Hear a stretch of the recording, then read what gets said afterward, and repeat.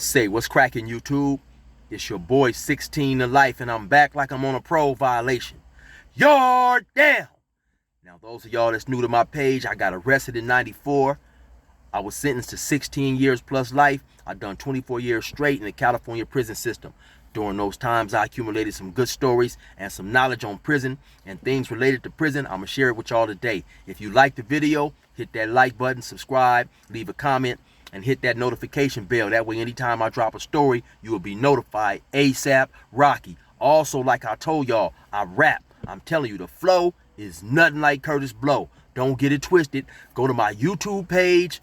Go to my YouTube playlist. Scroll down to gas stations, and on Mamas, you're gonna be pleasantly surprised, man. I gas. Now, let's hop up into this video right here. So you guys see the title, right? Is it cool to switch gangs? And of course, due to the recent interview that I done with Wicked Loco, who was a black Southsider who eventually joined a black gang. I've been getting a lot of DMs and people asking me, is it cool to switch gangs? So that's what my video was on today, right?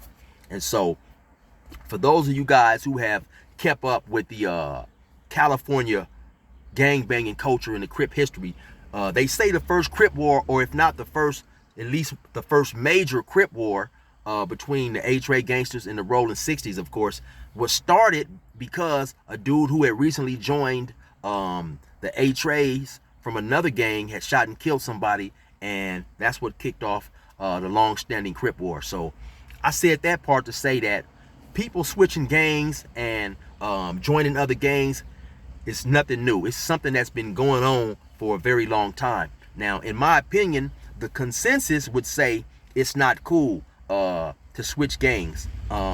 It's buster shit, right? But that all depends on who you ask. You know, you're gonna have each individual may give you a different explanation, right? Now, the reason why I say that some people may frown on it, because especially back in my generation, I think nowadays the joining of gangs is more glamorized and sensationalized by the internet. You know, you have these famous rappers now and people want to join gangs and stuff, but back in my generation, back in time, you know, before the YouTube and all that type of stuff, you know, the gang that you joined 9 times out of 10 was the neighborhood that you grew up in. You know, you have been knowing these individuals for life. You know, your homies were, your gang banging homies were your schoolyard friends and best friends before some of you guys made the decision to join the gang. So when you happen to if you happen to leave that gang and join another particular gang, of course your homies is gonna feel betrayed. You know, it's almost on a smaller scale the same thing of when you might have a white Crip or a white blood or a white Mexican, you know, in prison. You know, that's basically the feeling. The feeling is betrayal, because especially in prison, if a situation gets racial, right, and the blacks get into it with the whites, and there's a there's a white Crip fighting against the whites, they're gonna feel that this dude betrayed his race. So it's basically the equivalent of that, but on a smaller scale. Your homeboys are gonna feel, you know, they're gonna feel betrayed that you left, you know, representing their gang and you joined to another gang. Although it happens quite often, right? You know, I will say it happens often, or it happens a lot. And, you know, sometimes are there any justifiable reasons? Well, you know, it all depends on who you're talking to. Sometimes, you know, and keep in mind, you have individuals who join gangs at the age of 12, 13, 14. So let me give you an example, right? Now, say you joined the gang at maybe 14 years old. A year or two later, your mom happens to move to another city, another part of the town or whatever, and you get over there, you know, you tell them dudes, yeah, man, I'm from whoop-de-whoop, you know, and you over there representing your hood. But after a while, this is where your mom stay.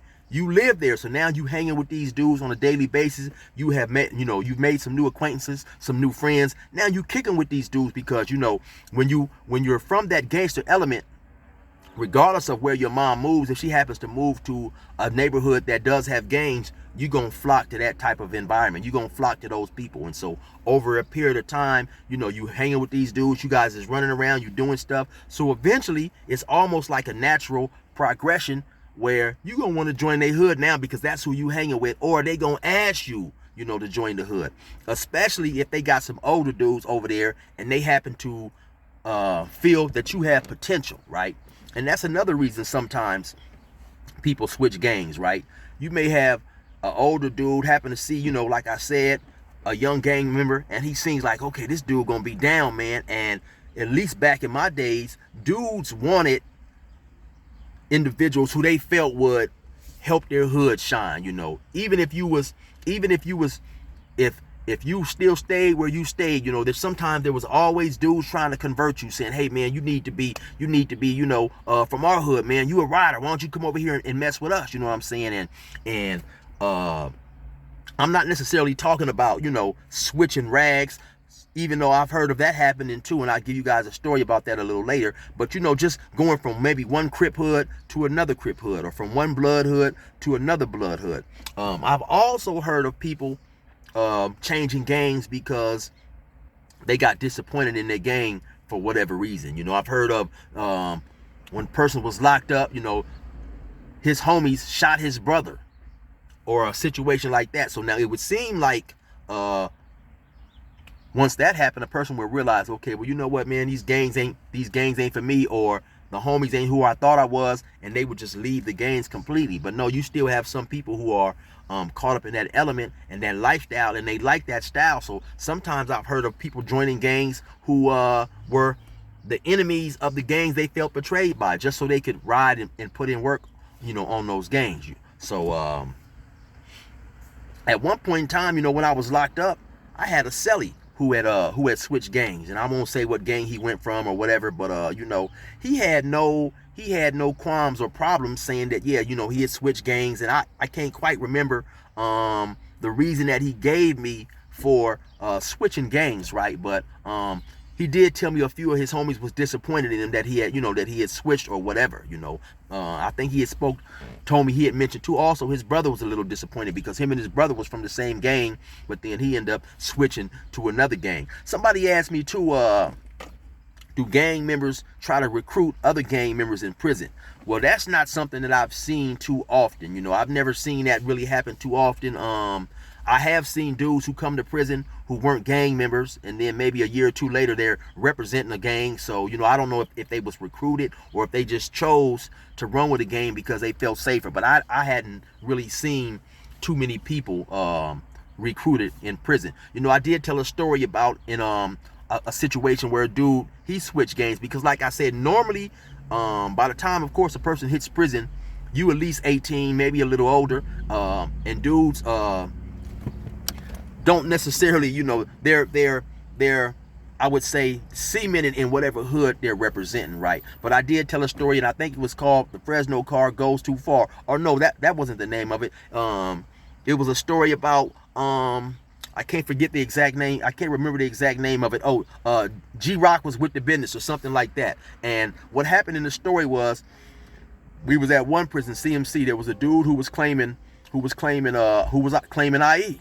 When we got to another prison, for whatever reason, he switched to another gang, and I called him Flipper in that story. I don't know what made him switch or whatever, but you know, I guess sometimes people feel that if they happen to join a gang that has a larger name than the gang they're from, or you know, the gang is from a bigger town or whatever, it gives more, it puts a more official stamp on their gang banging, you know, whether they're a Crip or a Blood. Some people feel like that if they're affiliated with a well-known gang, you know, it makes them seem bigger and better. But you know, the gang is not necessarily what makes you. What makes you is the individual things that you do while you gang banging, if that makes sense or not, right? Now, I'm gonna tell you guys a story, right? And I'm not gonna say what particular prison that I'm in, because if I do that, and I'm pretty sure people will probably know who I'm talking about anyway, but there happened to be this individual, right? And he went from one rag to a different color rag, which you don't really see often, but I have heard that too. I've heard, you know, sometimes people will say, oh man, that dude used to be from this hood, because a lot of the gangs, especially in the bigger cities, are in close proximity to each other. So a lot of those guys will grow up, you know, from grade school, you know, even first, second, third grade, you know, going to the same school. And then sometimes the color of a rag a person chooses might be just the difference of a few blocks. You know, maybe, you know, this street over here is Bloods, the next few streets over is Crips. And so even though they go to the same school, once they get a little older, they start choosing sides, you know. And so there was this one dude, right? And now this dude wasn't no buster. This dude was really with the business, you know, hardcore gang member. He was cool, but he was a line pusher. And when I say a line pusher, I mean basically he was a frontline soldier for the hood that he represented, right? And also, this dude had a cold eye buster on him. Now, for those of you guys who may not be familiar with the term eye buster is basically a disrespectful tattoo to either another gang or to a whole nother rag. And I can honestly say, out of the whole 24 years I done, I think this dude definitely had the most disrespectful eye buster tattooed on him. And if I say what his tattoo was, then of course people who was down there will know who I'm talking about, so I'm not gonna go that far. But I mean, in the terms of gang banging, this dude's tattoo was, you know, basically blatant and outright disrespectful, right? But still in all, you know, I was cool with the dude. We talked, we worked together, played basketball, all that, right? Like I say, the dude was with the business, had no problems fighting. You know, he was far from a punk. The dude was a respected and I would say feared individual, right? Now, one thing we like in prison is pictures, right? And so, you know, pictures get sent from the streets. People send a lot of pictures of females, homies, cars, you know, celebrations, old pictures or whatever, right? Now, so the dude had been on the yard a couple years, you know, he pushing the line, he doing him. Now, I don't know how it happened to come about, but somebody came to the yard with some pictures. And somebody happened to know, they looking at the pictures, right? And the pictures are from an entirely different rag than the line pusher was from, right? Different colors, everything. So somebody's looking at the pictures, right? And they said, damn, man, that looked like whoop-de-whoop. But now, like I said, keep in mind, at the time in prison, this guy, the line pusher, is representing a totally different color from what he's representing in that picture. Somebody looked more clearly, they said, damn, man, that is whoop-de-whoop. And they were shocked, like I said, because this dude, now here you are, a frontline soldier, you know, you are basically a super gang member for this particular color. And at some point in time, you was representing a whole nother color, which is extremely odd, right? And to say the least, man, everybody was shocked, you know. I wasn't there when this particular thing happened, but I heard one of his road dogs was so disappointed that he wanted a fade, and they went in there and got down, you know, went in there and got that fade. And the dude who was disappointed, he was no joke himself. He whipped on the line pusher, right? And so I happened to tell a friend who we was all locked up with this story maybe about 5 or 6, maybe not even that long, maybe about 2 or 3 months ago, and he hadn't heard it yet, you know. And he was surprised because, like I said, this dude was such a seemingly down member for that particular gang. So to find out he had claimed a whole nother rag, a whole nother color, was mind-blowing, right? And so the line pusher, I happened to be good friends with another one of his homies who was from the exact same hood that he was claiming, you know, currently when I met him, when he had switched rags, right? And so I asked him, another friend of mine, he was a lifer, you know, we was all doing time together in Ironwood around 2000. We done a couple of years together. Then later on, I ran across him again at CMC, and I was there actually when he went to the board and was found suitable and went home and stuff. So, you know, we keep in touch, and I'm talking to him. So one day I asked him, I said, hey, man, they said, now, because the line pusher, like I said, is from the same hood on the street that he's from. And so I asked him, I said, hey, man, they say whoop-de-whoop used to be, you know, he used to claim a different color rag. And he was like, hey, man, how did you know that? You know, I said, well, yeah, you know, I explained the story to him, and he said, yeah. He said, I'm the one that put him on. So basically he's saying that he's the one that stamped this dude to start claiming a new hood. Now he told me that they was at another prison, and I forget exactly why he told me that the line pusher wanted to start representing his hood, but he said, hey, man, listen, from now on, you just tell people that you from this place right here, and if somebody got a problem with you, bust them in their mouth. And, you know, and that's what he started doing. And like I said, a lot of times in prison, you have a lot of people going along to get along, and everybody is not necessarily with the beep, boop, pop, And since the line pusher had no problem going up in the cell, bing, boop, bop, boop, bop, bing, getting his chunk on, you know, a lot of people respected that, and a lot of people really didn't want no problem.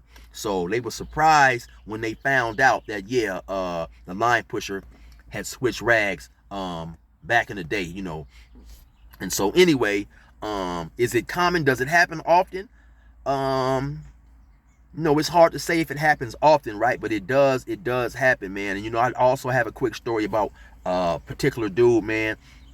We was at CMC, man, and word that came up that, you know, some dudes that got caught up with some drugs or whatever, word that came up that this dude was telling, man.